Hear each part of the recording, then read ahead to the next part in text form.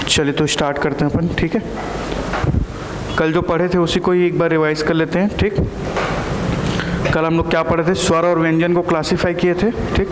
आप देखिए वीडियो कल का, देख लियो ना, नोट्स बना लियो ना, ठीक है। स्वर जो है मतलब स्वर को क्लासिफाई किए थे कितने भाग में आपका, पहला था आपका उच्चारण समय के आधार पर, दूसरा क्या था आपका उत्पत्ति के आधार पर, तीसरा क्या था आपका ओष्ठाकृति के आधार पर, और चौथा था आपका कौवे की स्थिति के आधार पर, ठीक।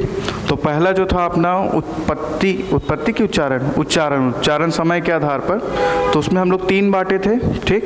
पहला होता है आपका ह्रस्व स्वर, दूसरा होता है दीर्घ स्वर, तीसरा होता है क्या आपका प्लुत स्वर, ठीक।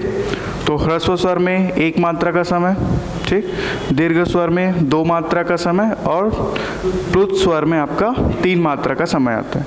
ये जो हम लोग डिस्कस कर रहे हैं उसका 2-2 नंबर में क्वेश्चन बन सकता है मेंस में, ठीक। उसके बाद अब उदाहरण आप सबको पता है लगभग, बस ऐसे रिवाइज कर रहे हैं। फिर उसके बाद देखेंगे आपका उत्पत्ति के आधार पर। उत्पत्ति के आधार पर कैसे होगा आपका, पहला होगा आपका क्या बताइए, मूल स्वर होगा, दूसरा भी होगा आपका क्या दीर्घ स्वर, और तीसरा होगा आपका संयुक्त स्वर। मूल स्वर ऐसा जो स्वतंत्र रूप से उत्पन्न हुआ है, जिनका कोई मतलब उत्पत्ति में कोई सहायता नहीं लगा, ठीक। आपको पूछा जा सकता, प्रश्न ऐसे ही बनेगा, मूल स्वर क्या है। देखो क्वेश्चन जब भी आएगा ना, मान के चलो प्रश्न पूछा जाएगा मूल स्वर क्या है, तो आपको परिभाषा लिखना है और साथ ही साथ उदाहरण लिखना है। जब तक दोनों चीज़ नहीं करोगे तब तक नंबर नहीं मिलेगा, पूरा नंबर नहीं मिलेगा मतलब, ठीक है। ये हो जाएगा, फिर मूल स्वर हो जाएगा। मूल स्वर था दीर्घ स्वर था जो एक समान स्वर से मिल के बनता है, ठीक, और संयुक्त स्वर जो 2 असमान स्वरों के मिल से बनता है, ठीक। उसके बाद हम लोग क्या पढ़े थे आपका ओष्ठाकृति के आधार पर, एक था वृत्तमुखी और दूसरा अवृत्तमुखी। वृत्तमुखी में उदाहरण क्या क्या था आपका, ओ उसको बंद करो फिलहाल, वो रिमाइंड करना, रिकॉल करना, ठीक है। ओ और बाकी जो बच रहा है वो किस में आ जाएगा आपका उसमें, ठीक है। उसके बाद आपको मैं बताया था कि कौवे की स्थिति के आधार पर 2 होता है, एक निर्नुनासिक होता है, कल थोड़ा सा उल्टा हो गया था, बाद में सुधार वहाँ भी दिया था। पहला निर्नुनासिक होता है और दूसरा क्या होता है अनुनासिक। निर्नुनासिक में सिर्फ मुँह से हवा बाहर आता है, अनुनासिक में आपका क्या है मुँह और नाक से हो, ठीक है। जैसे मैं उदाहरण आप लोग को दिया था चांद वाला, देखिए दिक्कत यह है ना कि हम लोग को बचपन से ये सब चीज़ें पढ़ाया नहीं गया है, ठीक। तो हम सिर्फ चांद चांद चांद बोलते आ रहे हैं, ठीक। जो इसका एक्चुअल प्रोनाउंसिएशन है उसमें जब इसका प्रोनाउंसिएशन करेंगे या उच्चारण करेंगे तो आपके मुंह के साथ साथ नाक से भी हवा बाहर आना चाहिए, ठीक। अब वो हम लोग का आदत नहीं है तो वो मुश्किल है ना। हर किसी का चांद का उच्चारण सही रूप से करना वो है मतलब थोड़ा मुश्किल है, ठीक। जैसे आप लोग एक चीज़ और जानते होंगे कि एक है होता है और एक है में बिंदी होता है, ठीक है। ये दोनों उच्चारण का खेल है, ठीक। ये है जो है एक वचन में यूज़ होता है और एक इसमें यूज़ होता है आपका बहुवचन में यूज़ होता है। तो ऐसा बहुत सारा चीज़ है जिसको हमको लगता है कि सही है लेकिन उच्चारण करते समय वो गलत हो जाता है। जैसे सा वाला है ना, वो तो सबका ही सा कर देते हैं हम लोग, ठीक, क्लियर। तो वैसा कुछ होता है। उसके बाद व्यंजन पढ़े थे, व्यंजन को क्लासिफाई किए थे। पहला अपना क्या था घोषनाद कंपन के आधार पर, और दूसरा क्या था आपका प्राणवायु के आधार पर अल्प प्राण और महाप्राण, ठीक। घोषनाद कंपन के आधार पर सघोष था और अघोष था। सघोष में क्या क्या आया था, सघोष है ना, सघोष में क्या क्या आया था बताइए। और नहीं 3 4 5 तो है ही स्पर्शी का, लेकिन आपका अंतहस्थ और ऊष्म से भी होता है। क्या क्या होता है वहाँ से, हा होता है, ठीक है, सघोष में। और अघोष में जो ह को छोड़ के जो बाकी है वो हो जाता है, ठीक है। उसके बाद हम लोग देखे थे प्राणवायु के आधार पर, है ना। तो 2 कैटेगराइज किए थे, एक था आपका अल्प प्राण और दूसरा क्या था आपका महाप्राण, ठीक। अल्प प्राण में क्या क्या आता है बताइए, 1 3 5, वेरी गुड। और अंतहस्थ आएगा। इसको ना ऐसे याद करो कि अंतहस्थ है और अल्प प्राण है, तो अ करके वो मैचिंग हो जाएगा थोड़ा सा, तो वैसे याद करो उसको, ठीक। एक अंतहस्थ है ना, 1 3 5 आपका अल्प प्राण में आएगा, सॉरी 1 3 5 अल्प प्राण में आएगा और अंतःस्थ व्यंजन अल्प प्राण में आएगा, ठीक है। और महाप्राण में आपका जो बच रहा है 2, 4 और जो क्या बच रहा है आपका संपूर्ण ऊष्म व्यंजन, वो सब आएगा, ठीक। ऐसे मतलब इन केस याद भी नहीं आया ना तो थोड़ा बोल के देख लेना। य में थोड़ा सा जो मात्रा है आपके प्राणवायु बाहर आने का वो कम है, और जब स स स ह बोलोगे तो वो थोड़ा ज़्यादा रहता है, ठीक। तो ऐसे करके भी याद कर सकते हो आप लोग, या तो रट लो या फिर कॉन्सेप्ट सीख लो, ठीक। चलिए, तो आज हम लोग देखेंगे आपका जो पूरा का पूरा 52 वर्ण जो है उसको उच्चारण स्थान के आधार पे कैसे विभाजित किया जाता है, ठीक है। तो लिखना उच्चारण स्थान के आधार पर वर्णों का विभाजन।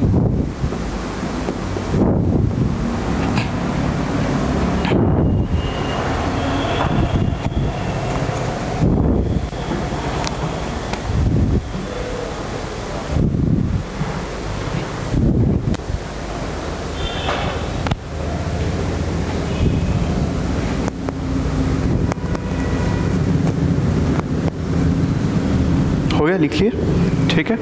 चलिए, तो मैं एक, आप लोग इंजीनियर हो, आप लोग कोई इंजीनियरिंग किए हो, सभी के सभी इंजीनियर हैं, ठीक है। तो आप भी इंजीनियर हो, ठीक। इंजीनियरिंग ड्राइंग करके एक सब्जेक्ट होता था, आप लोग को याद है, ठीक है। तो उसमें वो बनाते थे side view, upper view, top view, bottom view. Bottom view तो नहीं बनाते थे, टॉप व्यू और साइड व्यू बनाते थे, याद होगा। तो वैसे ही थोड़ा इमेजिन करना कि एक हम लोग का ये मतलब इस साइड से एक वो फेस है, ठीक है, और उसका हम लोग एक साइड व्यू बना रहे हैं, ठीक है। तो साइड व्यू जब मैं बनाऊंगा तो फेस कुछ ऐसा टाइप का नज़र आएगा।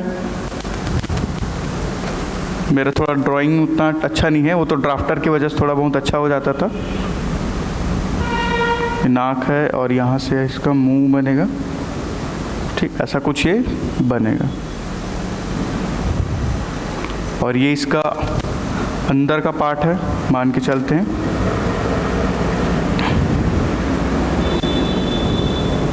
यहाँ पे इसका गला है ना, मतलब इमेजिन कर लेना कि वैसा कुछ बना है। परफेक्ट तो नहीं, बस ठीक ठाक बन गया, ठीक है। तो आप हम जो होते हैं मानव जो है, हम लोग जो वर्णमाला का जो उच्चारण करते हैं वो मुख्यतः 5 जगह से उच्चारण होता है वो सबका, ठीक है। तो वो कौन कौन सा है? पहला यहाँ पे आपका होगा कंठ होगा, ठीक। फिर यहाँ पे क्या होगा आपका? तालु होगा, ठीक।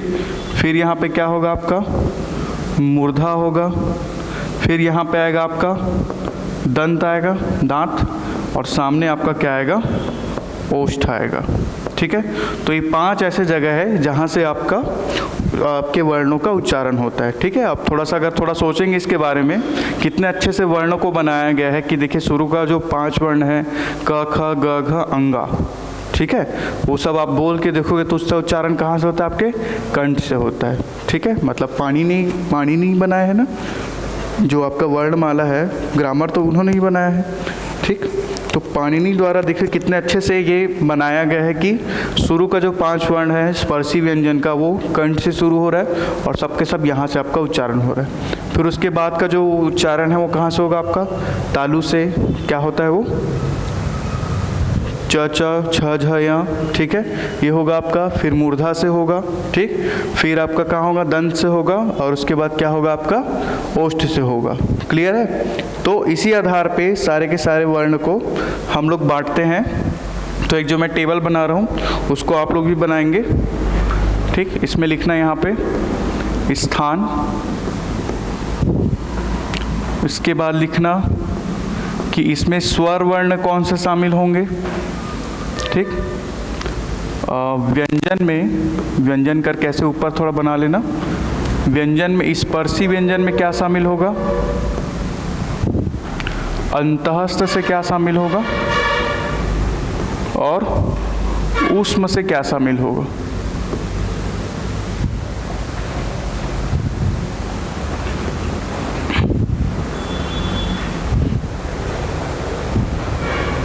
ठीक है।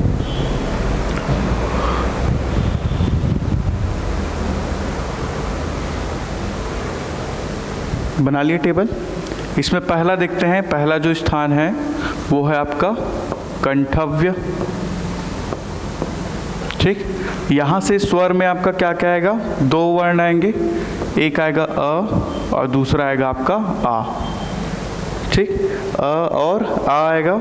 और इसके साथ साथ आपका अयोग वाह वर्ण करके यहीं पे लिख लेना, अयोग वाह वर्ण का यहाँ पे जो आएगा वो होगा आहा वाला या विसर्ग बोलते हैं। ठीक, आपके कंठव्य से आएगा अ और आ, और अयोग वाह से क्या आएगा आपका विसर्ग आएगा। ठीक, उसके बाद स्पर्शी व्यंजन से जो प्रथम वर्ग है क वर्ग के सारे वर्ण इसमें आएंगे। ठीक है,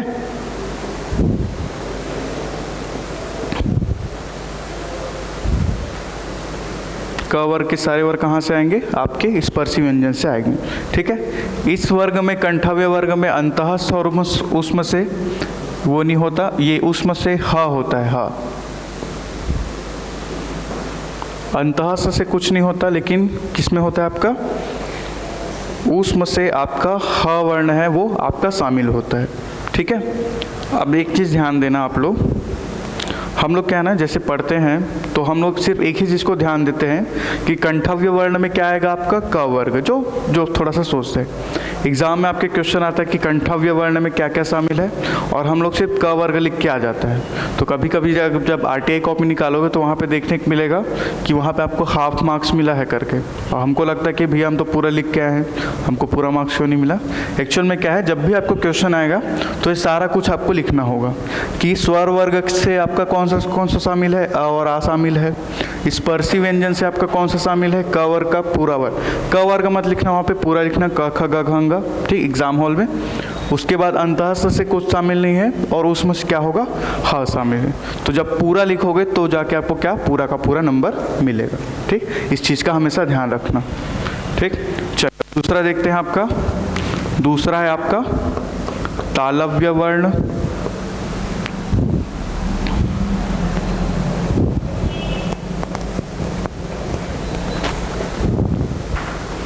तालव्य वर्ण से आपका आएगा स्वर में आएगा ई और ई, ई छोटी की मात्रा और बड़ी की मात्रा दोनों आएगा। ठीक,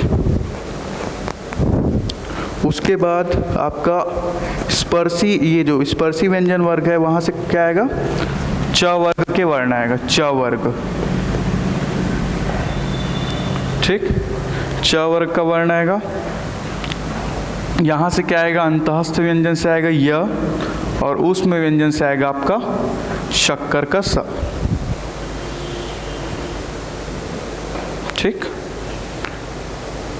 इसलिए मैं बोल रहा हूँ बार बार कि उसका सीक्वेंस याद होना चाहिए। यार अलावा सीक्वेंस होता है वो याद होना चाहिए, शक्कर का सा, षटकोण का सा, सरोतक सा, फिर हलवाई का हा, वो याद होना चाहिए। अभी आप लोग को समझ आएगा थोड़ी देर में। ठीक है, ठीक।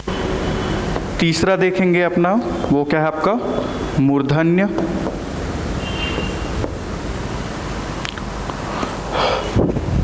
मूर्धन्य में आपके स्वर वर्ण में शामिल होगा री, ऋषि का री। स्पर्शी व्यंजन वर्ग से शामिल होंगे ट वर्ग के वर्ण।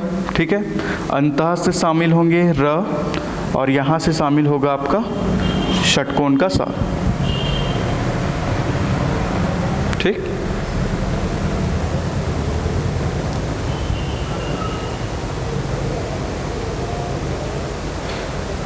फिर देखते हैं हम लोग अगला, आपका है दंतव्य वर्ण या दंत वर्ण भी बोलते हैं। ठीक, दंतव्य से आपका कोई भी स्वर शामिल नहीं होता, इस चीज़ का ध्यान रखेंगे। ठीक, स्पर्शी व्यंजन वर्ग से आपका शामिल होगा क छ ट, त वर्ग। ठीक, यहाँ से शामिल हो गया आपके ल। ठीक, और यहाँ से शामिल होगा आपका सरोता का सा। ठीक,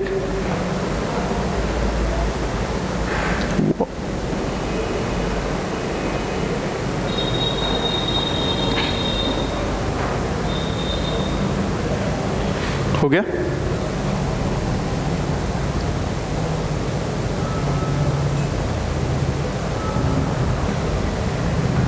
उसके बाद पांचवा है आपका क्या होगा ओष्ठव्य। ठीक। औष्ठव्य में आपका शामिल होगा स्वर वर्ण से ऊ और छोटू ऊ और बड़ू ऊ, ठीक। छोटू ऊ और बड़ू ऊ शामिल होगा। स्पर्शी व्यंजन से आपका आएगा प वर्ग और अंतःस्थ और उसमें से कुछ भी शामिल नहीं होगा इसमें, है ना, इस चीज़ का ध्यान रखेंगे।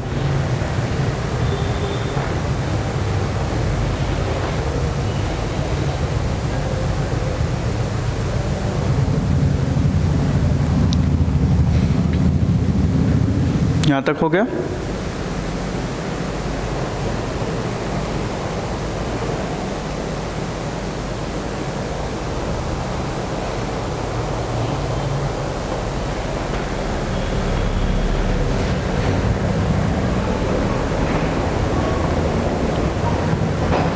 चलिए, तो ये आपका 5 है।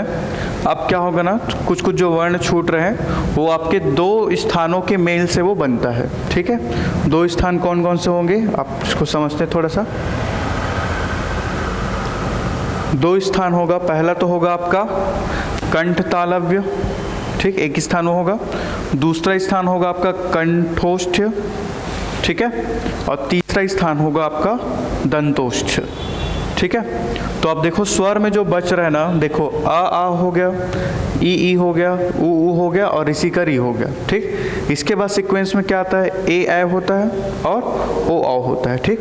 तो पहला जो पेयर हम लोग बनाए वो कैसे बनाए हैं, कंठ तालव्य बनाएंगे। तो जो सीक्वेंस चल रहा है उसमें क्या आएगा आपका ए, तो कंठ तालव्य वर्ण में आपका आता है ए और ए।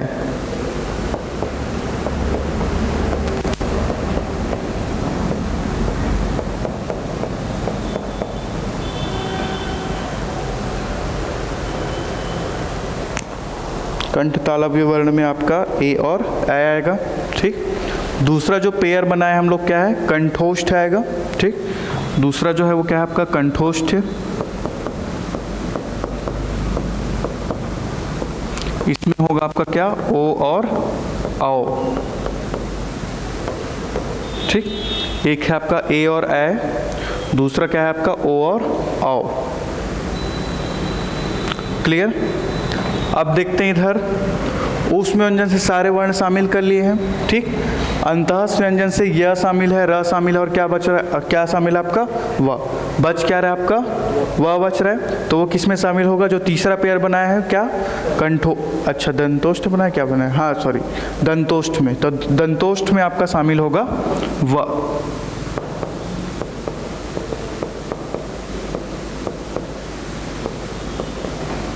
इसमें आपका शामिल होगा व।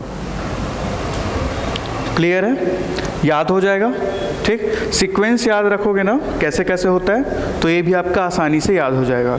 आपका कोई सा भी आप एग्ज़ाम दे लो, चाहे व्यापम हो चाहे पीएससी का कोई सा भी एग्ज़ाम हो, एक क्वेश्चन यहाँ से आना ही आना है, तो इसको पूरा का पूरा आपको याद रखना है। आई होप कि अब थोड़ा ईजी हो गया होगा याद रखना, आप लोग को पहले भी याद रहा होगा, ठीक है। क्लियर।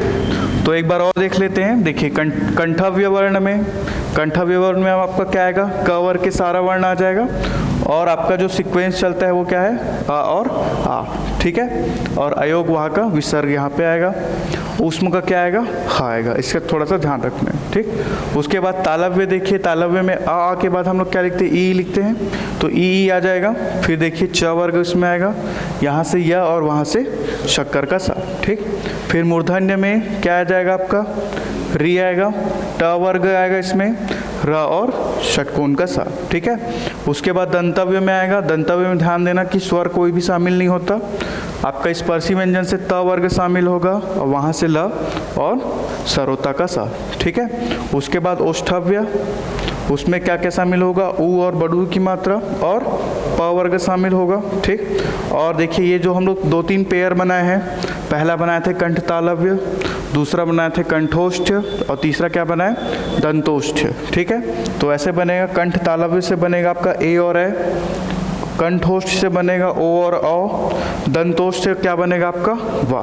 तो ऐसे करके आपको याद होना चाहिए, ठीक। कल जब आप लोग आएंगे तो मैं जैसे अभी आप लोग को सबसे पहले क्या बनाने बोलता हूँ, वर्णमाला, तो दूसरा चीज़ इसको भी बनाएंगे कल, ठीक है। 2-3 दिन करेंगे ना प्रैक्टिस, एक बार याद हो जाएगा। क्लियर है। चलिए, तो ये हो गया आप लोग का उच्चारण स्थान के आधार पर वर्णों का विभाजन। ठीक, अब कुछ और मैं 2-4 क्वेश्चन मैं लिखवा रहा हूँ, उसको आप लोग लिखेंगे। जो एक मतलब अदर फैक्ट जो है जो इसी टॉपिक से है, जो आपके एग्जाम में पूछा जा सकता है। ठीक है, प्रश्न के तौर पे लिखेंगे, क्वेश्चन आंसर टाइप का लिखना। प्रश्न, संयोग द्वित्व किसे कहते हैं? प्रश्न है आपका, संयोग द्वित्व किसे कहते हैं?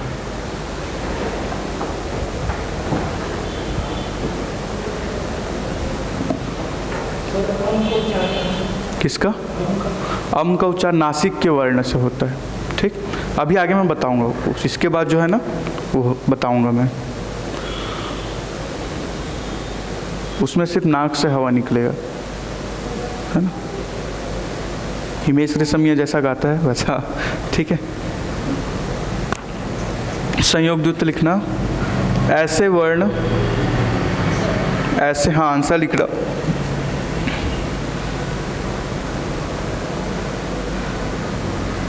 ऐसे वर्ण जिसमें किसी व्यंजन का संयोग उसी व्यंजन के साथ होता है। ऐसे वर्ण जिसमें किसी व्यंजन का संयोग उसी व्यंजन के साथ होता है तो उसे संयोग द्वित्व कहते हैं। आप लोग लिखिए, उदाहरण दूंगा तो आप लोग को क्लियर हो जाएगा।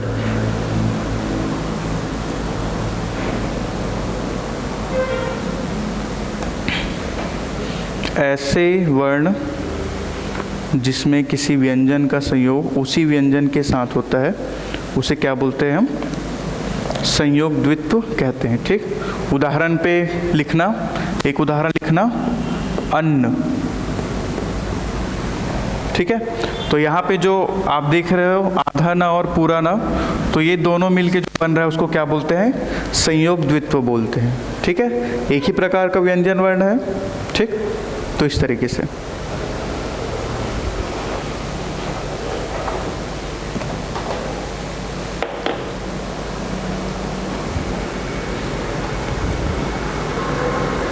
चलिए अगला प्रश्न लिखेंगे, 12 खड़ी किसे कहते हैं? 12 खड़ी, 12 खड़ी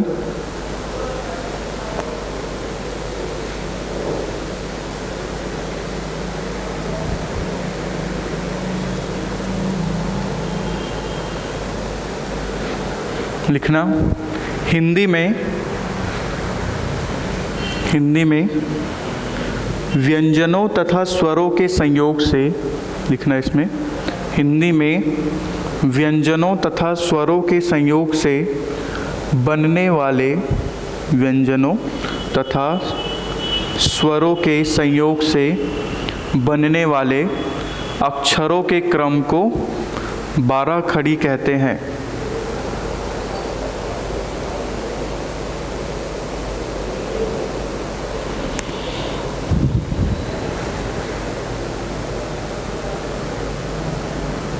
लिख लिए, आगे लिखना। इसमें री को शामिल नहीं किया जाता है। इसमें री को शामिल नहीं किया जाता है।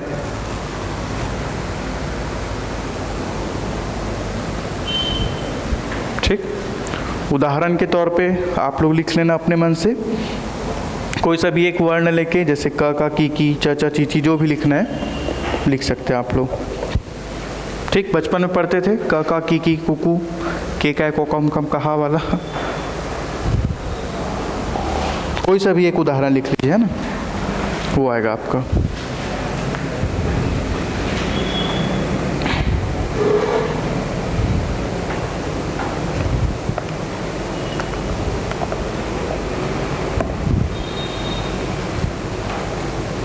ठीक, चलिए अब लिखना एक छोटा सा ऐसे साइड हेड टाइप के डालना। लिखना, पंचमाक्षर के स्थान पर अनुस्वार का प्रयोग। ठीक, पंचमाक्षर किसको बोलते पता है आप लोग को? ठीक। जो आपका स्पर्शी व्यंजन है ना, ठीक, स्पर्शी व्यंजन का जो आखिरी वर्ण होता है हर एक वर्ग का, जैसे क का क्या होता है आपका अंगा होता है, च का क्या होता है इया होता है, तो ऐसे ये सारे वर्ण को क्या बोला जाता है, पंचमाक्षर बोला जाता है। ठीक है, तो लिखना है ऐसे साइड टाइप डाल के, पंचमाक्षर के स्थान पर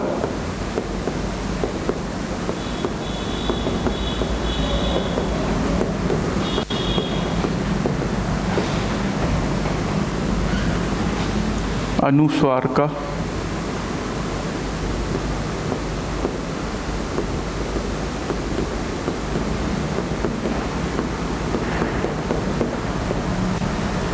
आपका जो पंचमाक्षर होता है वो होता है आपका अंगा, य, ठीक, आपका क्या हो जाएगा ण, न और म, ये सारा का सारा क्या बोलते हैं इसको, पंचमाक्षर।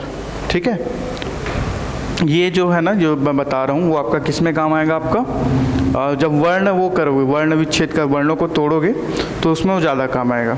ठीक है, जैसे कि क्या होता है, अगर मैं आप लोग को बोलूँ कि पंकज को आप लोग क्या करेंगे, इसका वर्ण विच्छेद करेंगे, तो कैसे करेंगे बताइए, वर्णों में इसको ब्रेक करेंगे तो कैसे होगा ये, प फिर क्या होगा, हाँ ठीक है, और हाँ हाँ हाँ ठीक है, और ज, ठीक है, एक वो हो गया। क्योंकि यहाँ पे देखिए अनुस्वार का हम लोग प्रयोग कर रहे हैं, अगर अनुस्वार का प्रयोग नहीं करेंगे तब क्या लिखेंगे वहाँ पे,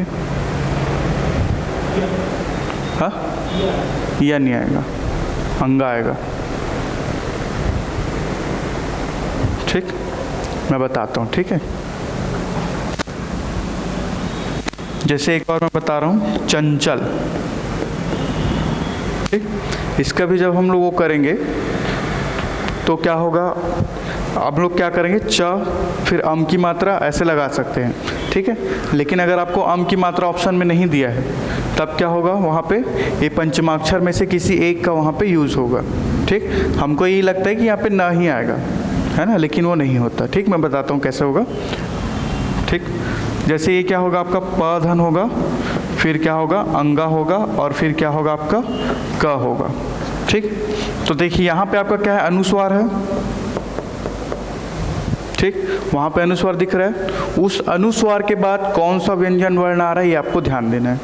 ठीक, उस अनुस्वार के बाद कौन सा व्यंजन वर्ण आ रहा है, क आ रहा है। ठीक, और क वर्ग यानी कि पहला वाला वर्ग, तो उस वर्ग का आखिरी वर्ण, आखिरी वर्ण कौन सा है, अंगा, तो उसके जगह हम लोग क्या यूज़ करेंगे, अंगा यूज़ करेंगे। ठीक, तो ये कुछ ऐसे बनेगा।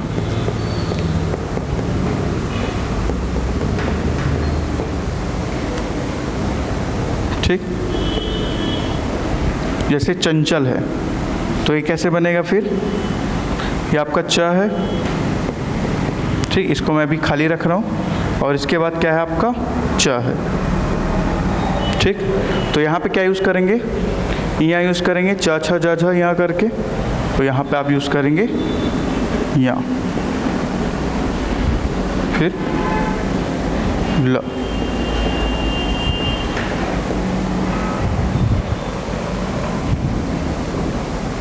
और हाँ कैसे, मतलब च के बाद ये आएगा, अ नहीं आएगा, नहीं नहीं ये दो, अच्छा हाँ ठीक ठीक ठीक, नहीं नहीं नहीं, ये देखो ना, इसमें अलग है, ये वाले में अलग है, ये कुछ ऐसा होगा। अगर इसको और ब्रेक करेंगे ना तो ये ऐसा होगा, ये ऐसा बनेगा।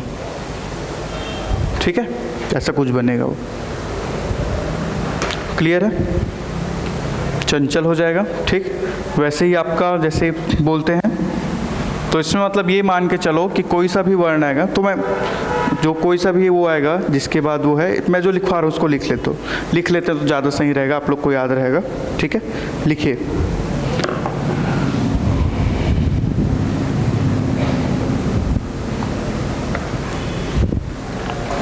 लिखना पंचमाक्षर के स्थान पर,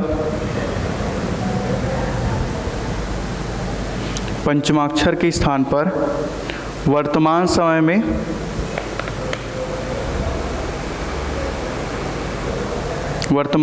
में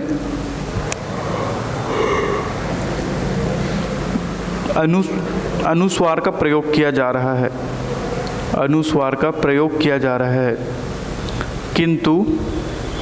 किंतु जो शब्द अनुस्वार के बाद हो, किंतु जो शब्द अनुस्वार के बाद हो उसी वर्ग का पंचमाक्षर अनुस्वार के स्थान पर आएगा। उसी वर्ग का किंतु जो शब्द अनुस्वार के बाद हो, अनुस्वार के बाद हो उसी वर्ग का पंचमाक्षर, उसी वर्ग का पंचमाक्षर अनुस्वार के स्थान पर आएगा, अनुस्वार के स्थान पर आएगा। ठीक है, जैसे हम लोग देखें चंचल और पंकज वाला, उसको उदाहरण के तौर पे लिख लीजिए आप लोग।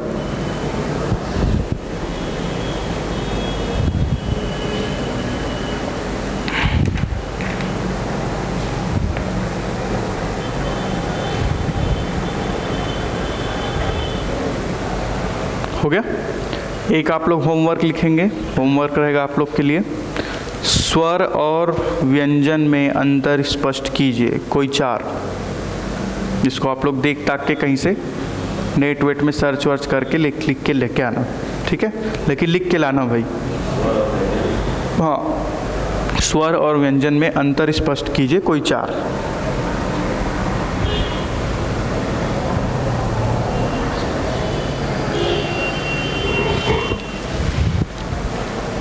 ठीक है, यहाँ तक हो गया।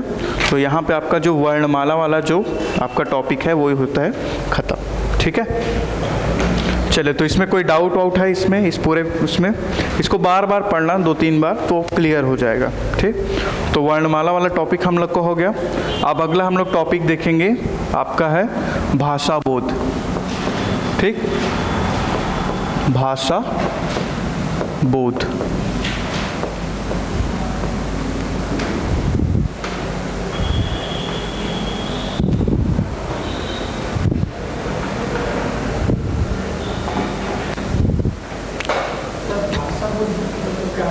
भाषा बोध मतलब भाषा का ज्ञान, भाषा के बारे में जानकारी कि भाषा होता क्या है, कौन कौन से प्रकार का भाषा होता है ये। ठीक, भाषा का अर्थ होता है, मैं लिखाऊंगा भाषा का अर्थ क्या है। ठीक है, भाषा का अर्थ होता है अपने विचारों की अभिव्यक्ति, यानी कि विचार जिस माध्यम से हम अपने विचारों को आदान प्रदान करते हैं उसको हम लोग क्या बोलते हैं, भाषा बोलते हैं। ठीक है, और बोध मतलब होता है ज्ञान। ठीक है, यानी कि भाषा का ज्ञान प्राप्त करना ही क्या है आपका भाषा बोध है। ठीक है, तो चलिए देखते हैं, लिखेंगे भाषा का परिभाषा लिखेंगे, प्रश्न टाइप का लिखेंगे। भाषा किसे कहते हैं?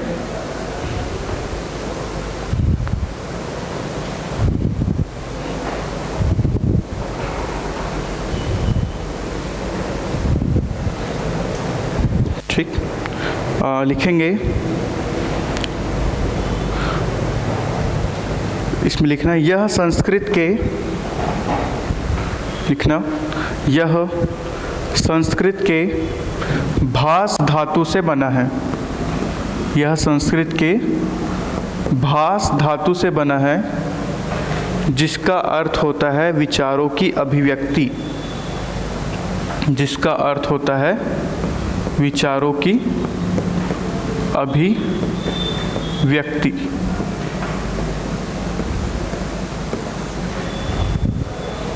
क्लियर है? विचारों की अभिव्यक्ति। आगे लिखना अर्थात वह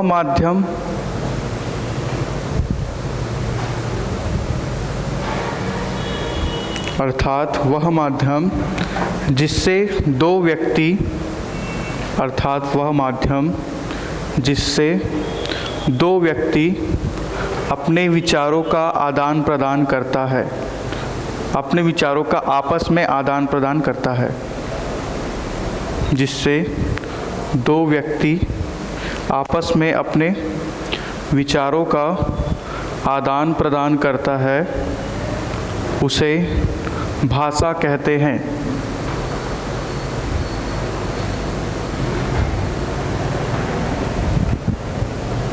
ठीक, उसे क्या कहते हैं? भाषा कहते हैं।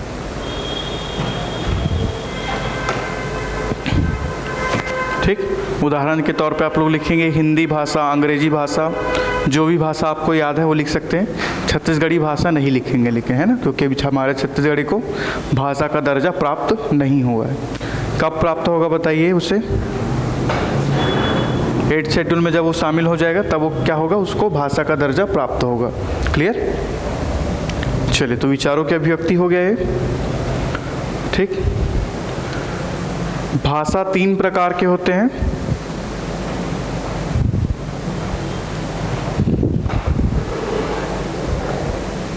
भाषा जो है आपका 3 प्रकार का होता है। पहला होता है आपका लिखित भाषा, दूसरा होता है आपका मौखिक भाषा,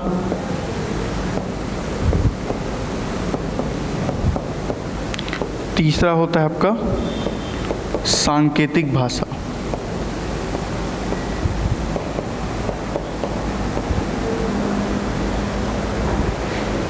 ठीक, लिखित भाषा, मौखिक भाषा और क्या होगा आपका सांकेतिक भाषा। ठीक, अब इसको समझते हैं। देखिए, जैसे भाषा क्या है आपका, वह एक माध्यम है जिससे हम क्या करते हैं, अपने विचारों का आदान प्रदान करते हैं। ठीक है, ये 3 प्रकार से होता है, जिसमें आप पहला देखते हैं क्या है, वो है लिखित भाषा। लिखित भाषा नाम से स्पष्ट है कि जिसमें हम अपने विचारों को किस माध्यम में वो करेंगे, लिखित के माध्यम से। ठीक, जैसे हम लोग टेक्स्ट मैसेज करते हैं, ठीक, किसी को टेक्स्ट मैसेज करते हैं तो हम अपनी भाषा जो हम बोलना चाह रहे हैं सामने वाले को, वो लिखे हुए रूप में हम आदान प्रदान कर रहे हैं, तो वो क्या होगा आपका लिखित भाषा में आएगा। मौखिक भाषा, जो आपका और मेरा कन्वर्सेशन चल रहा है, मैं यहाँ से कुछ बोल रहा हूँ, जो मेरे मन में आ रहा है उसको मैं आप तक पहुँचा रहा हूँ, किसके माध्यम से, मौखिक माध्यम से। आपको कुछ बोलना है तो आप मुझे मुंह से बोल रहे हैं, यानी मौखिक रूप में बोल रहे हैं, तो वो क्या होगा आपका मौखिक भाषा होगा। ठीक है, तीसरा जो है वो क्या है आपका सांकेतिक भाषा। ठीक, सांकेतिक भाषा में क्या होता है, जैसे कि आप क्रिकेट का मैच देखें, क्रिकेट का मैच देखते हैं तो जब भी आउट होता है तो एक संकेत देता है कि भाई वो क्या हो गया, आउट हो गया।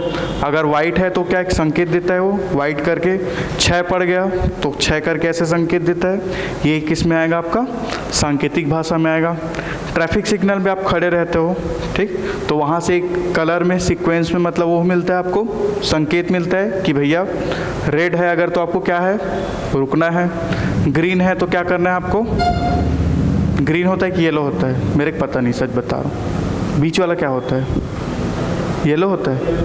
हाँ, तो येलो हो तब क्या है, आपको इंजन स्टार्ट कर लेना है, और ग्रीन मतलब क्या होता है, आपको बढ़ जाना है। क्लियर है? तो ये क्या होता है आपका सांकेतिक रूप में आपको भाषा को बताया जा रहा है। ठीक, तो ये सब के लिए आप लोग 2-2 लाइन छोड़ दीजिएगा, लिख लोगे आप लोग। जैसे लिखित भाषा में क्या होगा, वह माध्यम जिससे विचारों का आदान प्रदान लिखित रूप में होता है। सेकंड में आप वही विचारों का आदान प्रदान मौखिक रूप में, उदाहरण के तौर पे जो मैं बताया उदाहरण उसको लिख लेना।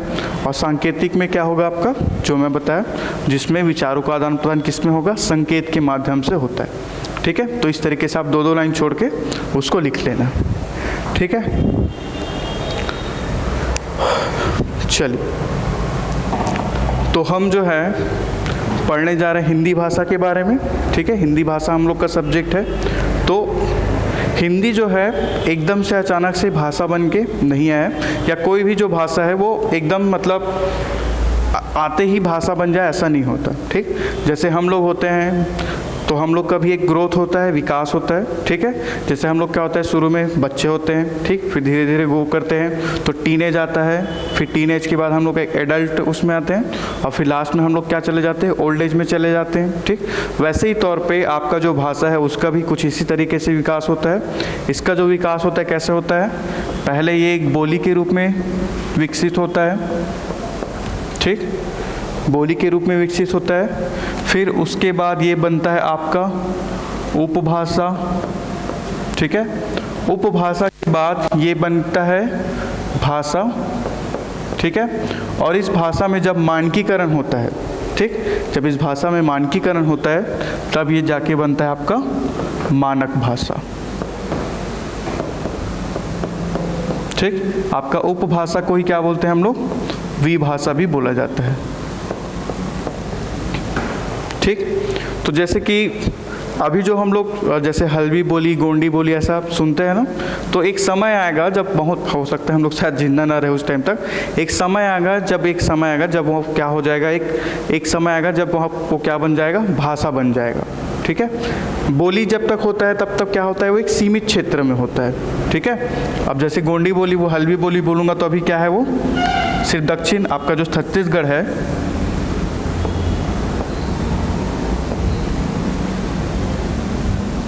छत्तीसगढ़ कुछ इस तरीके से है।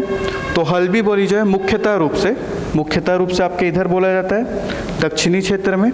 एक समय आएगा जब इसमें क्या होगा, साहित्यिक रचना होगी, साहित्य के माध्यम से इसका जो प्रचार होगा। ठीक है, इसमें व्याकरण का निर्माण होगा और ऐसे करते करते क्या बन जाएगा, एक ना एक दिन भाषा बन जाएगा। ठीक है, यानी कि अगर किसी एक सीमित क्षेत्र में किसी को बोला जा रहा है तो क्या कहलाता है, बोली कहलाता है। ठीक, उसके बाद उसमें जैसे जैसे धीरे धीरे उसमें व्याकरण का विकास होता है, उसमें साहित्यिक रचना होता है, तो वो किस कैटेगरी में आता है, आपका उपभाषा में आता है। फिर जैसे जैसे व्याकरण जो है सर्वसम्मत हो जाता है, उसको सब लोग मानने लग जाते हैं कि हाँ भाई ये सही है, तो क्या हो जाता है, वो क्या बनता है, वो भाषा बनता है। और भाषा के बाद जब उसमें मानकीकरण होता है, ठीक, मैं आप लोग को बताऊँगा, उदाहरण आगे बताऊँगा, जब उसमें मानकीकरण होता है तो वो क्या बनता है, वो मानक भाषा बनता है। ठीक है, तो एक एक करके हम लोग सब इसका एक एक दो लाइन का वो लिखते हैं, परिभाषा लिखते हैं। पहला लिखेंगे आप लोग, बोली किसे कहते हैं। ठीक, और अभी के समय में हमारा जो छत्तीसगढ़ी है वो किस कैटेगरी में आएगा, इसके हिसाब से बोली नहीं, उपभाषा में है। साहित्यिक रचना हो रहा है, व्याकरण बन गया है, तो अब किस में आएगा, वो उपभाषा में आएगा। प्रयत्न जारी है 8वीं अनुसूची में शामिल करने के लिए।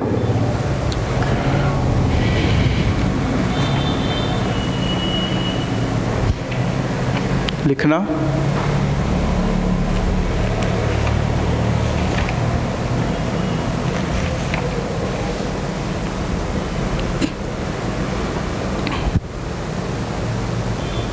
भाषा के जिन रूपों का प्रयोग, भाषा के जिन रूपों का प्रयोग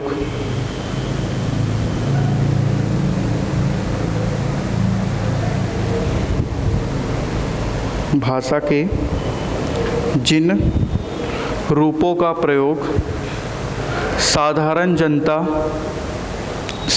जनता या सामान्य जनता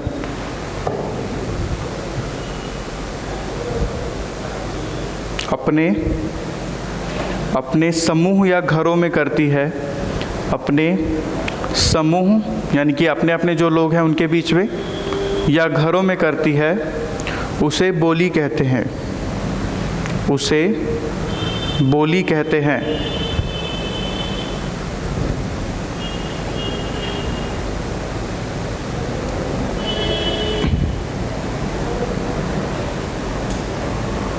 उसे बोली कहते हैं।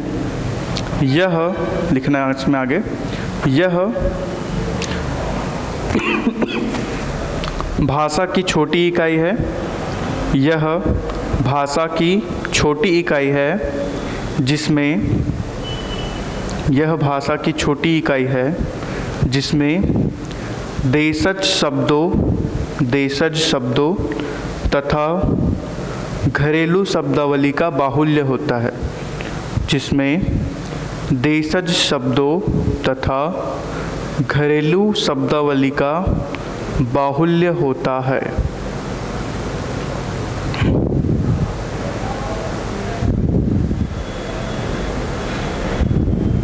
ठीक, लिखना है इसमें आगे, व्याकरणिक दृष्टि से यानी कि व्याकरण की दृष्टि से, व्याकरणिक ऐसा कुछ लिखेंगे आप लोग, व्याकरणिक को व्याकरणिक दृष्टि से इसमें, व्याकरणिक दृष्टि से इसमें मानकीकरण का अभाव होता है, इसमें मानकीकरण का अभाव होता है।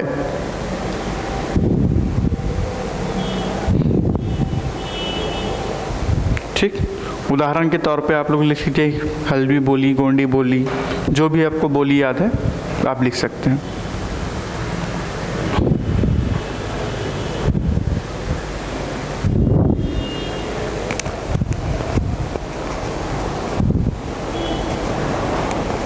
ठीक है, हो गया ये। अब इसमें आगे लिखेंगे उपभाषा या विभाषा।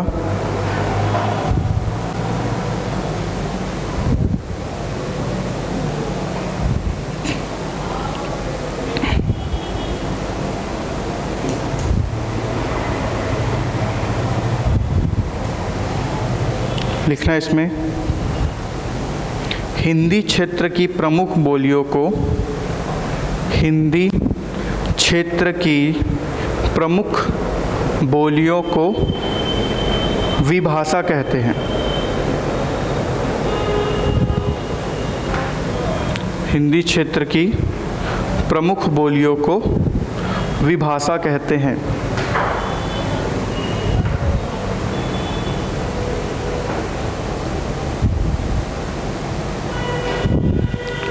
इसमें आगे लिखना विभाषा का क्षेत्र, विभाषा का क्षेत्र बोली की अपेक्षा अधिक विस्तृत होती है। विभाषा का क्षेत्र बोली की अपेक्षा अधिक विस्तृत होती है तथा इसमें साहित्यिक रचनाएं भी प्राप्त होती है, तथा इसमें साहित्यिक रचनाएं भी प्राप्त होती है।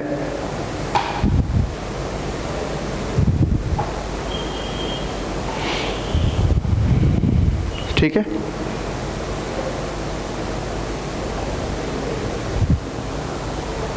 तो इसमें लिखेंगे आप लोग छत्तीसगढ़ी। एक ही उदाहरण लिख लीजिए, छत्तीसगढ़ी।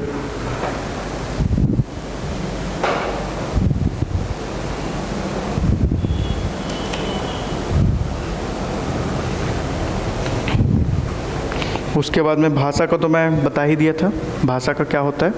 ठीक, उसके बाद लिखेंगे आगे अगला प्रश्न, मानक भाषा किसे कहते हैं? मानक भाषा किसे कहते हैं?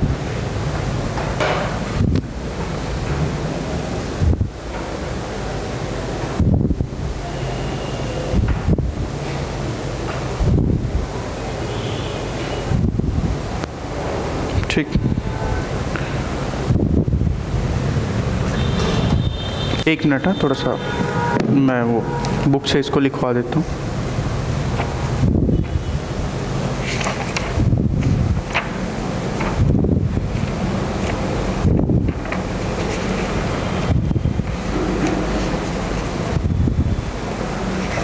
थोड़ा सा रुकना, देख लेता हूँ मैं।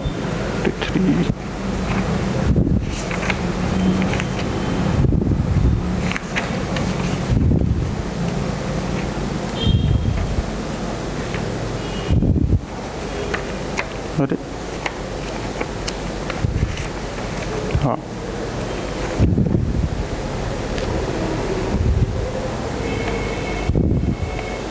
लिखना मानक भाषा किसी राष्ट्र और समाज की वह आदर्श भाषा है। मानक भाषा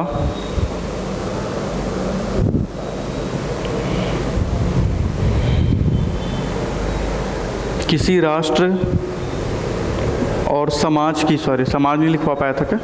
किसी राष्ट्र और समाज की वह आदर्श भाषा है। किसी राष्ट्र और समाज की वह आदर्श भाषा है जिसका प्रयोग वहाँ के शिष्ट समुदाय द्वारा, शिष्ट ऐसा होगा, वहाँ के शिष्ट समुदाय द्वारा अपने साहित्यिक,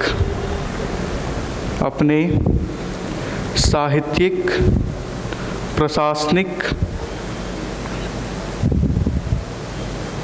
सांस्कृतिक,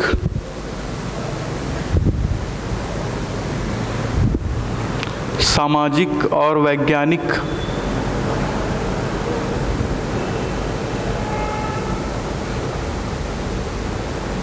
सांस्कृतिक, सामाजिक और वैज्ञानिक आदि सभी औपचारिक कार्यों में समान रूप से किया जाता है। समान रूप से किया जाता है। ठीक, इसको क्या बोलते हैं हम लोग? मानक भाषा। क्लियर है? यहाँ तक क्लियर है? बोली क्लियर है, उपभाषा क्लियर है, आपका भाषा क्लियर है और आपका मानक भाषा भी लगभग क्लियर है। ठीक है, तो ये कुछ दो नंबर में पूछा जाता है। क्लियर? आपको पूछ देगा कि भाषा का विकास क्रम के सोपान कैसा है करके, तो आप ऐसे लिखेंगे। 3 सोपान होते हैं। पहला होता है बोली, दूसरा होता है आपका उपभाषा या विभाषा, और तीसरा क्या होता है? भाषा। ठीक है, क्लियर? चलिए, किसका उदाहरण? आप उदाहरण किसका? मानक भाषा का, हिंदी का, हिंदी भाषा का लिखना इसमें। पश्चिमी हिंदी में प्रयुक्त होने वाली खड़ी बोली, पश्चिमी हिंदी में,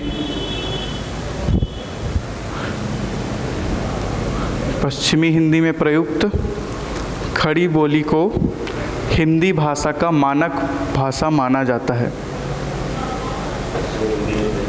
हाँ, पश्चिमी हिंदी में प्रयुक्त या शामिल खड़ी बोली को हिंदी भाषा का मानक भाषा माना जाता है।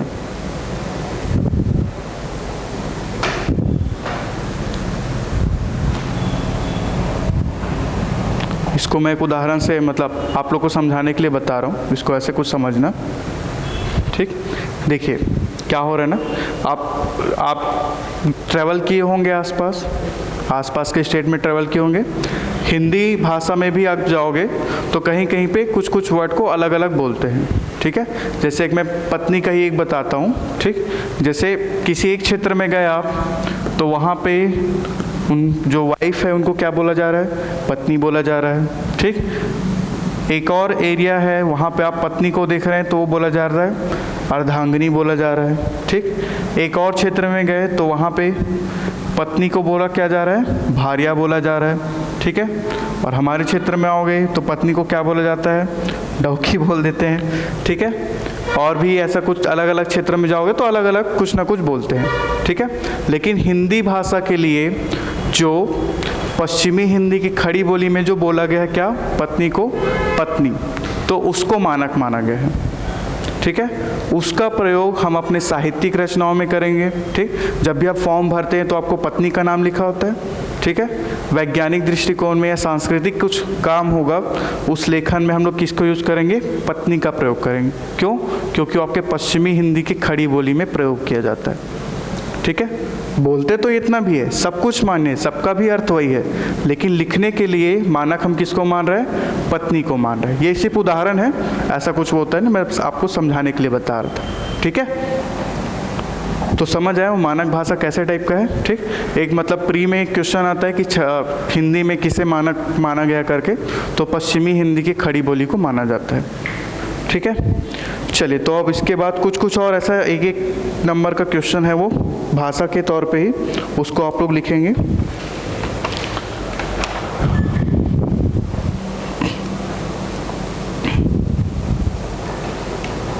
लिखना पहला, संपर्क भाषा।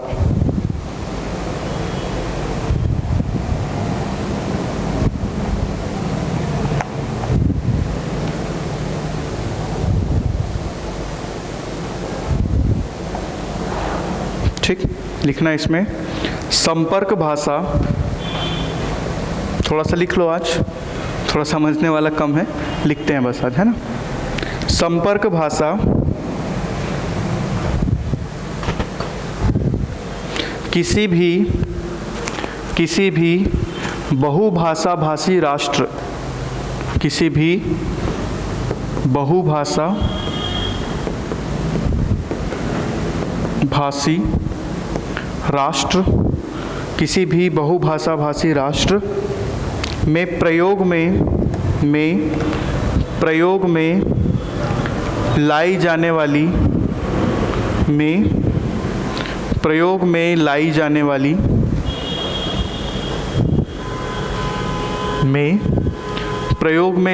वाली ऐसी भाषा होती है में प्रयोग में लाई जाने वाली ऐसी भाषा होती है जिसका प्रयोग उस राष्ट्र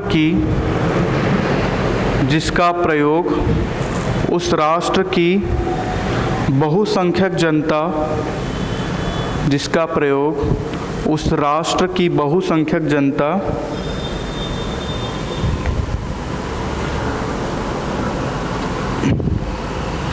परस्पर संवाद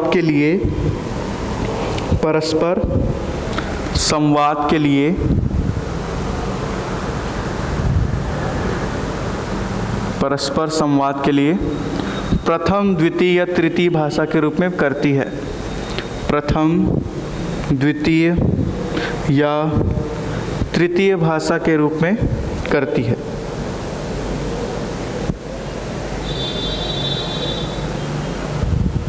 ठीक, इसे लिंगुआ फ्रैंका भी कहते हैं। इसे लिंगुआ फ्रैंका भी कहते हैं। ठीक, आपके प्रश्न में डायरेक्ट ये भी पूछा जा सकता है कि लिंगुआ फ्रैंका किसे कहते हैं करके। ठीक है, लिंगुआ फ्रैंका किसे कहते हैं। क्लियर यहाँ तक? चलिए, तो इसमें उदाहरण के तौर पे लिखना। देखिए, उदाहरण के तौर पे लिखना भी और इसको समझते भी हैं कि देखिए जैसे छत्तीसगढ़ है। ठीक, तो छत्तीसगढ़ में आप क्या है, अगर दो व्यक्ति दुर्ग और बिलासपुर वाले मिल रहे हैं तो कौन सी भाषा में बात करेंगे दोनों? छत्तीसगढ़ी में। पहले तो हिंदी झाड़ेंगे कि हाँ मैं ये मैं वो, फिर धीरे से बोले हाँ मैं यहाँ खा हूँ, मैं यहाँ जा हूँ, ऐसे करके। ठीक, तो दो आपके एक ही समान क्षेत्र वाले जो मिलेंगे तो किस में बात करेंगे? आपके छत्तीसगढ़ी में बात करेंगे। ठीक, फिर जैसे आप थोड़ा सा बाहर जाओगे, छत्तीसगढ़ और मान के चलते एमपी वाले, ये दोनों किस में संवाद करेंगे? आपके हिंदी भाषा में संवाद करेंगे। ठीक, उसके बाद आप गए बढ़िया थाईलैंड का टूर किए। ठीक, थाईलैंड के टूर में गए, वहाँ पता नहीं कर पा रहे हो कि भैया किस चीज़ का क्या रेट चल रहा है। ठीक है, तो वहाँ पे आपको क्या बोलना पड़ेगा? इंग्लिश बोलना पड़ेगा, है ना, क्योंकि वहाँ पे देखिए भाई वही हम लोग जो लिखे, दो भाषाभाषी क्षेत्र के बीच में जो व्यक्ति होते हैं जो आपस में संवाद के लिए प्रयोग करते हैं जो भी भाषा का, तो उसको क्या बोलते हैं? संपर्क भाषा। तो छत्तीसगढ़ के लिए क्या होगा हमारा संपर्क भाषा? छत्तीसगढ़ी हो जाएगा। दो स्टेट में जब हम जाएंगे तो हमारे लिए संपर्क भाषा क्या होगा? हिंदी हो जाएगा। और अगर हम विदेश घूमने जाते हैं तो हमारे लिए संपर्क भाषा क्या हो जाएगा? इंग्लिश हो जाएगा। ठीक है, ठीक लग रहा है जी? ठीक, चलिए, तो इसी को आप लोग लिख लीजिए कि छत्तीसगढ़ में छत्तीसगढ़ी, छत्तीसगढ़ व इस राष्ट्र के किसी अन्य जिले में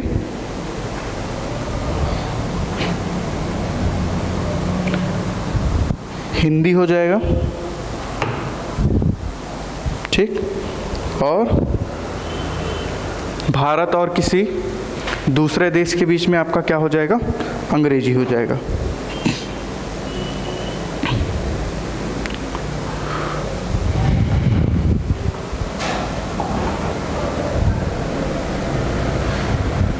ठीक है यहाँ तक? चलिए, अब मैं आप लोग को 3 प्रश्न का होमवर्क दे रहा हूँ। इसको आप लोग कल बना के आएंगे, अपने से बना के आएंगे, शुरुआत में उसको मैं बताऊँगा। ठीक है, तो आपका पहला प्रश्न है, लिखेंगे आप लोग, भाषा और बोली में क्या अंतर है? भाषा और बोली में क्या अंतर है?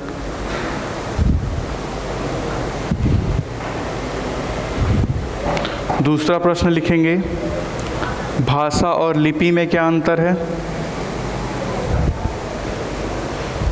ठीक, भाषा और लिपि में क्या अंतर है? तीसरा लिखेंगे, राष्ट्रभाषा और राजभाषा में क्या अंतर है? आप लोग बुक देख के इसको लिखना है ना, बुक देख के लिखना, अपने से जो समझ आए लिखना, फिर इसको हम लोग कल अच्छे से ब्रीफ करेंगे। ठीक है, राजभाषा और राष्ट्रभाषा में क्या अंतर है? ठीक, ये हो गया। ठीक, तो ये 3 को आप लोग कल लिख के आएंगे। ठीक। तो ये वाला जो चैप्टर है आपका जो भाषा बोध वाला है वो ख़त्म होता है। हिंदी भाषा का विकास क्रम हम लोग कल देख लेंगे। अभी थोड़ा सा स्लो चलते हैं, एक वीक जो है 1-1 घंटा चलते हैं। 1 वीक हो जाएगा, फिर 1.5 घंटा चलाएंगे, ठीक। क्योंकि हम लोग को जब संधि पढ़ाऊंगा तो उसमें बहुत सारा प्रैक्टिस करवाऊंगा, समास पढ़ूंगा तो मैं यहीं पे आप लोग को बहुत सारा प्रैक्टिस करवाऊंगा। तो आगे का जो क्लास होगा वो 1.5 घंटे का होगा, ठीक। आज भी 1 ही घंटा हुआ, ज़्यादा नहीं हुआ है। तो आज के लिए इतना ही करते हैं, कल हम लोग पूरा करेंगे, ठीक। चलिए तो फिर आज के लिए इतना ही करते हैं। Thank you very much. अरे बंद हो जा।